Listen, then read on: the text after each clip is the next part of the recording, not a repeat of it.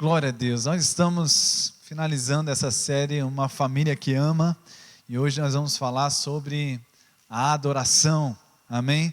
E nessa série a gente está meditando sobre a identidade e propósito da igreja. Nós somos chamados para amar a Deus com todo o coração, como cantamos aqui, alma, entendimento, forças, e somos chamados para amar uns aos outros, assim como Jesus nos amou. Estamos aprendendo mais sobre isso aqui. E nosso texto base é Mateus capítulo 28, versículos 18 a 20, que diz que quando Jesus se aproximou dos seus discípulos, ele disse: toda autoridade me foi dada no céu e na terra, portanto vão e façam discípulos de todas as nações, batizando-os em nome do Pai, do Filho e do Espírito Santo, ensinando-os a guardar todas as coisas que tenho ordenado a vocês, e eu estou com vocês todos os dias, até a consumação, ou até o fim dos tempos, né? A gente está meditando 3 palavras-chave nesse texto, que são autoridade, multiplicação, né? Falando sobre fazer discípulos, e a adoração, que é o resultado de discipulado. Irmãos, o ser humano foi criado por Deus para ser um adorador, e ser um adorador é viver a partir da inspiração divina. Foi assim que Deus pensou o Éden, foi assim que Deus pensou Adão e Eva no Éden.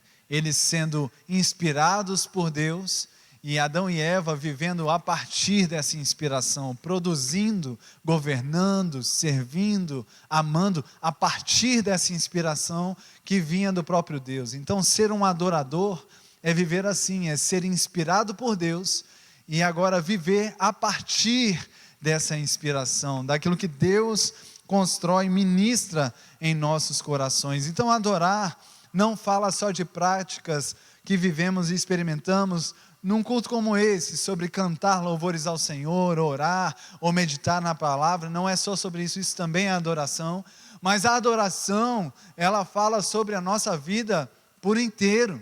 A gente é um adorador como identidade, a gente vive em adoração, porque nós podemos viver inspirados por Deus, e então viver a vida profissional, relacionamentos, tudo aquilo que vivemos debaixo dessa inspiração divina. Então a adoração aparece no nosso relacionamento conjugal, a adoração aparece na nossa criação de filhos, a adoração aparece no nosso serviço, nos nossos trabalhos, a adoração aparece também na nossa vida como igreja, a adoração aparece em toda a nossa vida. Adoração, então, ou adorar é viver essa vida inspirada a partir de um relacionamento íntimo, pessoal com Deus. Isso é a vida de adoração, isso é adorar a Deus. Agora, quando o pecado entrou no mundo por causa da queda de Adão, não é? E porque ele optou pela árvore que não deveria optar, a árvore do conhecimento do bem e do mal. O que aconteceu ali foi que a inspiração foi desconectada. A Bíblia diz que o homem, o Adão e a Eva morreram espiritualmente, e eles foram desconectados dessa fonte da inspiração. Por isso, não se pôde mais achar a adoração verdadeira sobre a terra. Se perdeu a adoração, porque agora o homem não tinha mais essa inspiração íntima, pessoal, vinda de Deus ao seu espírito, ao seu coração. Agora o homem passou a viver de fora para dentro, não mais de dentro para fora, porque ele perdeu essa conexão com Deus. O pecado fez isso não só com Adão e Eva, mas fez isso com cada um de nós. Foi por isso, irmãos, que Jesus veio para reconectar os nossos corações a Deus, reconectar a nossa vida a essa inspiração divina. E a vida agora passa a ser novamente possível de ser uma vida de adoração, porque Jesus veio, morreu, ressuscitou ao 3º dia, e agora nós podemos nos tornar discípulos de Jesus. Nós podemos crer nele, confessá-lo como Senhor, e a Bíblia diz que quando isso acontece, nós nascemos de novo, e agora novamente somos reconectados à vida de Deus, somos reconectados à presença de Deus, e novamente podemos ser inspirados pela sua presença, pela sua palavra, e viver de novo uma vida de adoração. Nós novamente podemos ser adoradores em espírito e em verdade, adorar verdadeiramente ao Senhor. E é por isso, irmãos, que quando vemos o texto de Mateus 28, sobre fazer discípulos, podemos dizer que fazer discípulos restaura a adoração. Jesus disse para fazermos discípulos, e quando alguém se converte, se arrepende dos seus pecados, a adoração genuína, verdadeira, é restaurada na vida daquela pessoa. Então nós somos um canal de Deus para restaurar a adoração genuína, verdadeira, no coração de outras pessoas. Nós somos um canal de Deus para ser uma reconexão dessas pessoas com a fonte de vida, com a videira verdadeira, que é Jesus. Amém? E eu quero te convidar hoje à noite a meditar numa passagem bíblica contada por Jesus, que nos ajuda, irmãos, a compreender o nosso retorno a esse lugar de adoração. Esse texto vai aparecer no telão para a gente, mas se você quiser acompanhar, eu vou manter apenas nesse texto que está em Lucas capítulo 15. Você pode abrir a sua Bíblia e acompanhar junto comigo, Lucas capítulo 15. Aleluia, o Senhor é bom. Aleluia. Essa história é uma história contada por Jesus, que nos ajuda a compreender esse nosso retorno, o que significa para nossas vidas esse retorno ao lugar de adoração. Em Lucas capítulo 15, a partir do versículo 11, conhecido como a parábola do filho pródigo, não que esse seja o melhor título para essa parábola, mas é assim famosa, né? Assim conhecida. Versículo 11 diz, Jesus continuou: certo homem tinha 2 filhos.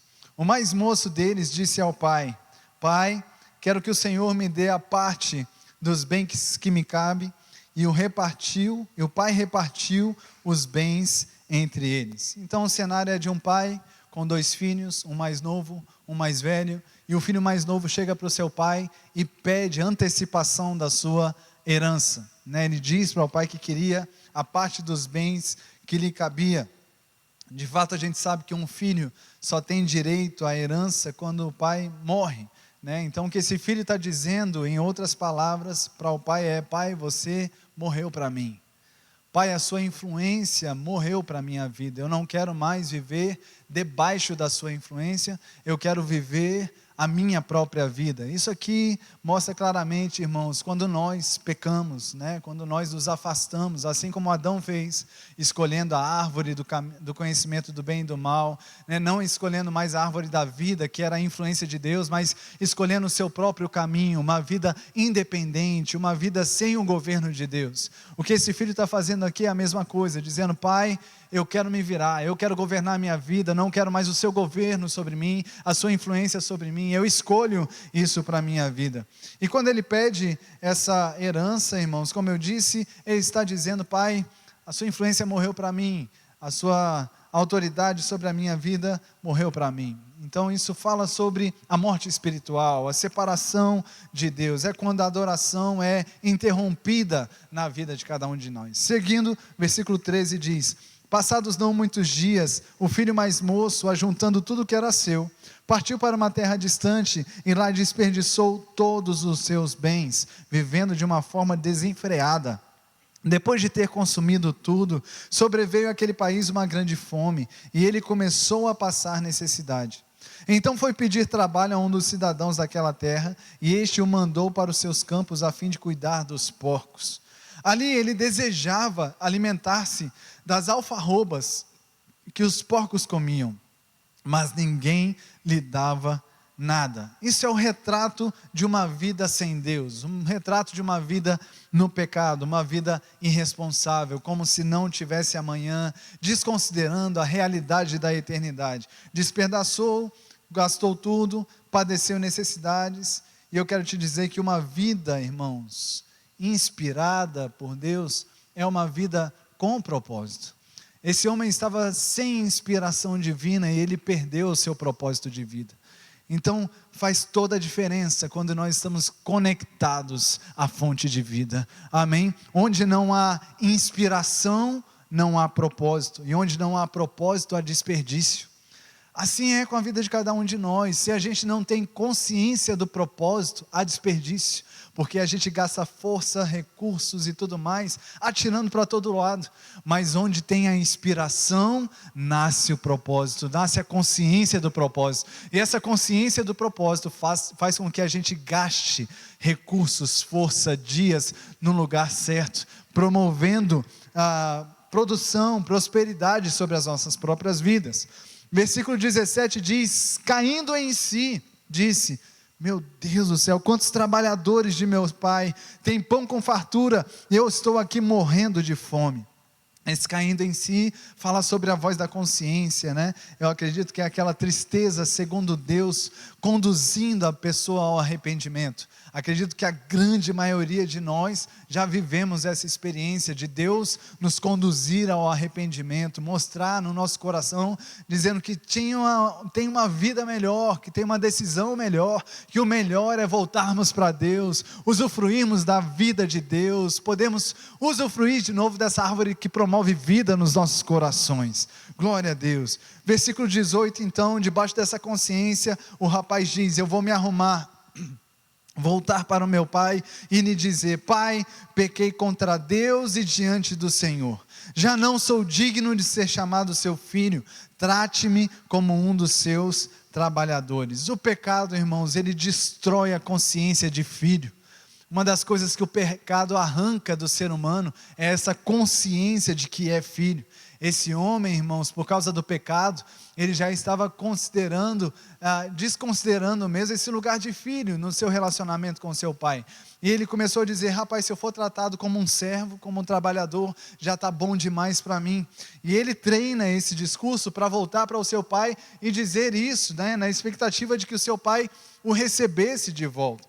E muitos se convertem, irmãos, e continuam aprisionados a essa consciência de indignidade, de culpa, de medo, de inferioridade. Até se convertem, mas continuam se achando indignos de serem chamados de filho de Deus. E isso é um grande problema para as nossas vidas. Mas observe como é que o pai nos recebe de volta à sua casa. Versículo 20 diz: arrumando-se, foi para o seu pai. Vinha ele ao longe. Quando seu pai o viu, o avistou e, compadecido dele, o pai saiu correndo em direção dele, o abraçou e o beijou. Você percebe que a iniciativa do rapaz foi se arrepender, mas foi a iniciativa do pai de acolher de volta a família. Versículo 21 diz: e o filho lhe disse, como tinha ensaiado: pai, pequei contra Deus e diante do Senhor, já não sou digno de ser chamado o seu filho. E aqui tem uma interrupção cheia de graça e de amor. O pai simplesmente ignora esse discurso religioso, esse discurso sem revelação, sem entendimento. O pai percebendo: rapaz, você não entende nada do que você está falando, deixa comigo. O pai ignora o filho, e o texto passa agora com os pais falando com os seus servos. Eu imagino o filho falando e o pai: entende de nada, deixa eu falar com os meus servos. E o versículo 22, o pai disse aos servos: tragam depressa a melhor roupa e vistam nele, ponham um anel no dedo dele, as sandálias nos seus pés, tragam e mate o bezerro gordo, vamos comer e festejar. Porque esse meu filho estava morto e reviveu, estava perdido e foi achado. E começaram a festejar. Glória a Deus. Fala comigo assim: eu nasci de novo. E tem festa acontecendo na minha vida. Aleluia. Esses 4 presentes recebidos, irmãos, dados ao pai, do pai ao filho, revelam aspectos de uma vida onde a adoração foi restaurada. Primeiro, quando a adoração é restaurada, a dignidade é restaurada. Amém? Quando a adoração é restaurada, dignidade é restaurada. Versículo 22, o pai disse para trazer a melhor roupa ao seu filho e vesti-lo. Sabe, irmãos, lá no Gênesis, quando Adão e Eva pecam, eles se veem nus, né? De fato, a sua nudez, agora que antes era pura, ela é revelada como uma nudez, né, debaixo de consciência de pecado. E eles olham para si, se sentem vergonha de estarem nus. Deus, irmãos, fez naquela ocasião peles de animais para cobrir a vergonha, a nudez de Adão e Eva. Deus providenciou a solução para essa vergonha, fazendo um claro referência ao sacrifício de Jesus. Hoje nós não somos vestidos naturalmente, com peles de animais, não é assim que Deus nos veste, mas a palavra de Deus diz em Isaías capítulo 63, versículo 10, o seguinte: tenho grande alegria no Senhor, a minha alma se alegra no meu Deus, porque me cobriu de vestes de salvação e me envolveu com manto de justiça, como noivo que se adorna de turbante, como noiva que se enfeita com as suas joias. Então as vestes que Deus traz para nós não são vestes naturais, mas vestes espirituais, vestes de salvação, vestes de justiça. Em outras palavras, novo nascimento, dignidade restaurada sobre a nossa vida. Os verdadeiros adoradores, como eu disse anteriormente, vou falar mais devagar. Os verdadeiros adoradores, como eu disse anteriormente, irmãos, eles adoram o Pai em espírito e em verdade. Amém? Os verdadeiros adoradores adorarão ao Pai em espírito e em verdade. Essa adoração em espírito e em verdade, irmãos, fala sobre novo nascimento, essa nova realidade no coração de cada um de nós, e podemos viver a partir do que Deus diz sobre nós em sua palavra. Somos justiça de Deus, somos filhos de Deus, amém? Vivemos uma nova realidade de vida. O primeiro presente do Pai, essas vestes são vestes de dignidade. O Pai dizendo para ele: filho, você é perdoado, filho, você é digno. Aleluia. E isso, irmãos, essa realidade faz toda a diferença na nossa vida de adoração. Porque uma coisa é adorarmos a Deus com um senso de indignidade, com aquele medo, insegurança, sentimento de culpa, de inferioridade, aquela situação que você tem mais consciência do pecado e medo de alguma coisa acontecer da parte de Deus sobre a sua vida, do que uma adoração íntegra, completa, entregue, prostrada diante do Senhor, reconhecendo que Ele é o seu Pai, você é seu filho, e você tem esse relacionamento íntimo, pessoal, verdadeiro, e não há mais pecado maculando, manchando o seu relacionamento com Deus. Você tem dignidade. Dignidade fala sobre uma postura, cabeça erguida, e você poder acessar confiadamente o trono da graça de Deus. Esse primeiro presente, irmãos, determina a nossa adoração, determina a nossa postura, o nosso acesso a Deus. E eu estou aqui para dizer que você é digno.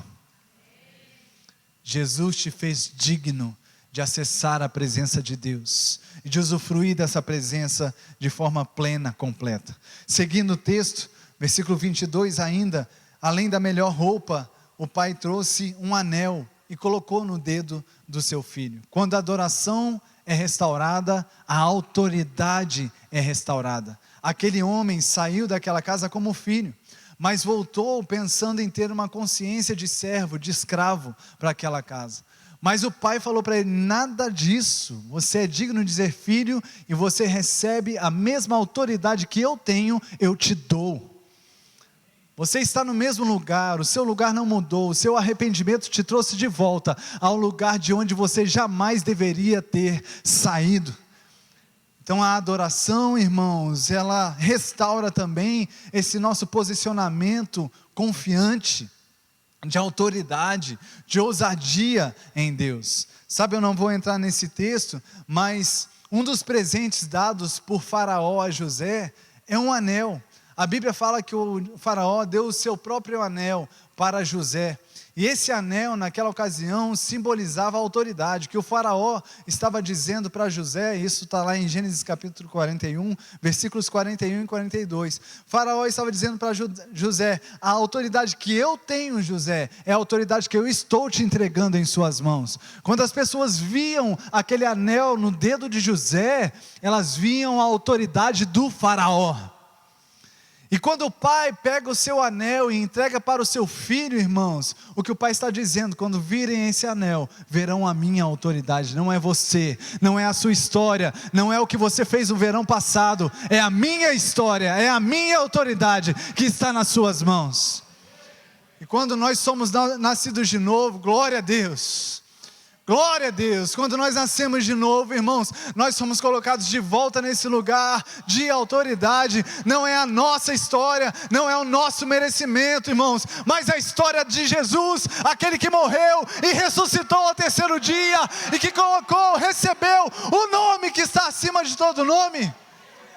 É o nome dele agora, podendo ser utilizado por nós como igreja. O adorador original, irmãos, é aquele que foi criado para governar a terra. Quando o filho volta para casa, ele recebe de volta essa posição de governo, de autoridade. É por isso que Jesus disse, irmãos, lá no Evangelho de Lucas: eu dei a vocês a autoridade para pisarem cobras e escorpiões, e sobre todo o poder do inimigo, e mal algum vai poder causar dano sobre vocês. Nada absolutamente vos causará dano. Então, quando a adoração é restaurada, irmãos, dignidade é restaurada. Você é digno. Quando a adoração é restaurada, a autoridade é restaurada. Você é cheio do poder de Deus. Você tem o nome de Jesus, que é o nome sobre todo nome. Quando a adoração é restaurada, irmãos, também filiação é restaurada. Versículo 22, o pai deu as sandálias para o seu filho, e fez o filho andar de sandálias. No contexto cultural daquela época, quem andava de sandália era filho, escravo andava descalço. Então, quando aquele filho recebe as suas sandálias de volta, o pai está dizendo: ei, você é meu filho, e é assim que você vai andar dentro dessa casa. O seu arrependimento te coloca de volta à realidade de filho. Deus faz questão de nos receber como filhos. E é o que João vai dizer, irmãos, em 1 João capítulo 3, versículo 1. Vejam que grande amor o Pai nos tem concedido, a ponto de sermos chamados filhos de Deus. E de fato, somos filhos de Deus. Diga comigo: eu sou, de fato, verdadeiramente, filho de Deus. Quando a Bíblia fala sobre ser filho, a Bíblia fala sobre natureza. Filiação na Bíblia fala sobre natureza. Quando aquele pai chama, o seu filho a essa posição, ele está dizendo: a natureza está aí, o DNA está aí dentro. E sabe, irmãos, quando nós voltamos para os braços de Deus, quando voltamos, irmãos, arrependidos dos nossos pecados, confessamos Jesus como Senhor da nossa vida, nós recebemos, irmãos, essa natureza divina, esse DNA de Deus, DNA do céu nos nossos corações. No seu coração não tem mais nada a ver com o inferno, a sua vida não tem mais nada a ver com o pecado. O DNA aí, irmãos, se for fazer teste de DNA espiritual, o DNA aí, irmãos, é o DNA de Deus, é o DNA do céu, é a vida de Deus fluindo no seu espírito, fluindo no seu coração. O apóstolo Paulo vai dizer que nós temos o fruto do Espírito: amor, alegria, paz, longanimidade, benignidade, bondade, mansidão, domínio próprio, e não há lei contra essas coisas. Ou seja, não tem o que possa impedir essa nova realidade de fluir a partir do nosso coração. Essa é a nossa verdade agora em Cristo. Nós somos adoradores e por isso somos filhos, e como filhos nós temos, irmãos, uma nova natureza. Nós temos o DNA do próprio Deus, o DNA do próprio céu fluindo em nossos corações. É por isso, irmãos, quando alguma coisa diferente do céu, diferente da língua do céu, do jeito de ser do céu, acontece em nossas vidas, a gente se sente mal, porque não é mais o nosso DNA, não é mais a nossa realidade. Nós estamos debaixo de uma realidade nova em Cristo Jesus. O nosso normal é a santidade, o nosso normal é amar, o nosso normal é ter uma vida de fé, uma vida íntegra, uma vida cheia de amor, de alegria, de paz. O nosso normal é ter paciência. Glória a Deus. A realidade, irmãos, da nossa vida em Cristo Jesus. E por fim, quando a adoração é restaurada, a alegria é restaurada. Aleluia, glória a Deus, glória a Deus. Não há espaço mais em nossas vidas para a tristeza, irmãos. É festa acontecendo na nossa vida. No versículo 23, e talvez seja o versículo que os gaúchos mais gostam da Bíblia, diz: tragam e mate o bezerro gordo, o novilho cevado. Vamos comer e festejar. Aleluia. No mesmo capítulo 15 de Lucas, Jesus cita outras histórias, irmãos, e por 2 vezes ele fala sobre a alegria no céu, quando um pecador se arrepende. Jesus deixa isso muito claro, que quando tem pecador se arrependendo, tem alegria no céu. Aleluia. Irmãos, eu sei que você está aqui, como eu disse, a grande maioria, eu tenho convicção disso, de que já se arrependeu dos seus pecados, já entregou a sua vida para Jesus. Então isso significa, irmãos, que a vida agora é festa, a vida agora é alegria, a sua vida é um lugar de celebração. Aleluia. É uma nova história sobre a sua vida agora, é a festa da redenção, é a festa do perdão. Glória a Deus. Quem é perdoado não fica atucanado, irmãos. Quem é perdoado não fica aprisionado com as coisas da vida, não fica aprisionado com problemas, com circunstâncias. Ei, você já recebeu a maior bênção que existe no céu, na terra, debaixo da terra. Nós somos perdoados, nós somos salvos, irmãos. A alegria do Senhor é que nos fortalece. A alegria é realidade sobre a vida de cada um de nós. Sabe, irmãos, para Deus, quando há arrependimento e o filho volta, dignidade é restaurada, autoridade é restaurada, filiação é restaurada. Para Deus está pronto, bora fazer festa, porque já resolveu. Glória a Deus, aleluia, aleluia, aleluia. Quando nós entregamos então a nossa vida a Deus, irmãos, Ele se lembra do sacrifício de Jesus na cruz, e Ele declara que a festa agora está garantida, porque o Cordeiro foi morto.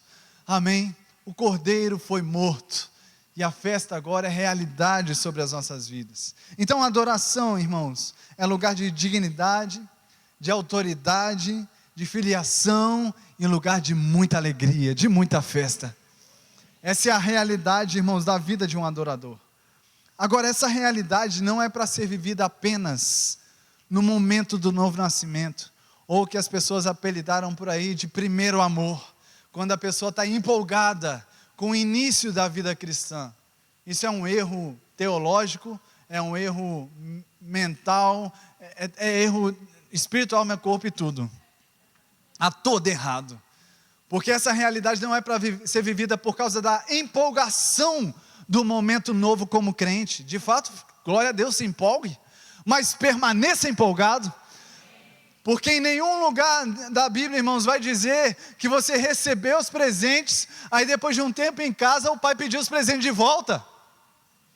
Pelo contrário, é exatamente esse o erro do filho mais velho, que não foi para a gandaia, não se desviou, não se afastou do pai, estava lá dentro, mas não sabia usufruir daquilo que já era dele. Veja Lucas capítulo 15, 25 a 32. O filho mais velho estava no campo. Quando voltava, ao aproximar-se da casa, ouviu a música e as danças. Fala comigo, música e danças. Você já entendeu que isso aqui está falando sobre novo nascimento? Aleluia. Sobre alegria? Aleluia. Onde há novo nascimento, onde há alegria, existe música e danças. Aleluia, deixa Deus mexer o teu corpício. 26, chamou um dos empregados e perguntou: o que é isso que está acontecendo? E o empregado informou: o seu irmão voltou, e por tê-lo recuperado com saúde, o seu pai mandou matar o bezerro gordo. Pelo visto esse bezerro era famoso, era esperado, né? Porque é definido o bezerro gordo, né? Sabe a picanha? O bezerro. 28, o filho mais velho se indignou e não queria entrar, carnal, né? Saindo, porém, o pai procurava convencê-lo a entrar. Mas ele respondeu ao pai, preste atenção nessas palavras: faz tantos anos que sirvo o Senhor, e nunca transgredi um mandamento seu. Mas o Senhor nunca me deu um cabrito sequer para fazer uma festa com os meus amigos. Mas quando veio esse seu filho, que sumiu com os bens do Senhor, gastando tudo com prostitutas, o Senhor mandou matar o bezerro gordo para ele. Então o pai respondeu: meu filho, você está sempre comigo. Tudo que eu tenho é seu. Toma, distraído. Aleluia. Sabe, irmãos, pode ser que alguns de nós, depois, como eu disse, dessa empolgação do novo nascimento, empolgação dos primeiros passos com Jesus, conhece uma igreja nova, irmãos em Cristo, e começa a congregar, aquela alegria dessa nova experiência, tendo agora uma experiência nova com Deus. Pode ser que alguns de nós, irmãos, depois de um tempo, e aí começamos a servir na igreja, nos envolver, pode ser que alguns de nós, depois de um tempo, irmãos, comece a perder esse senso de sermos presenteados por Deus, essa percepção do quão abençoados somos por Deus, e podemos dizer: meu amigo, eu estou servindo tanto, eu estou obedecendo a Deus, eu estou aqui trabalhando na igreja, para o Senhor, mas eu não estou vendo aqui muita coisa, muita festa acontecer na minha vida, muitos resultados da minha vida, eu estou me sentindo um pouco cansado, eu estou me sentindo um pouco exausto. Será que essa vida de igreja realmente é tão boa assim? Será que realmente vale a pena? Será? E aí o diabo entra com força e faz uma bagunça no coração dessas pessoas. Mas o que você precisa entender, saber, ter revelação, é a resposta do Pai: eu não preciso te dar, porque já é seu. Você não precisa receber de novo. O que você precisa é de manter a consciência daquilo que já te pertence.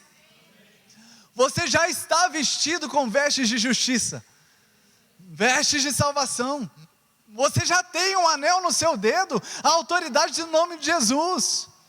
Você já é filho, você já está nessa posição de filho, você é filho legítimo de Deus.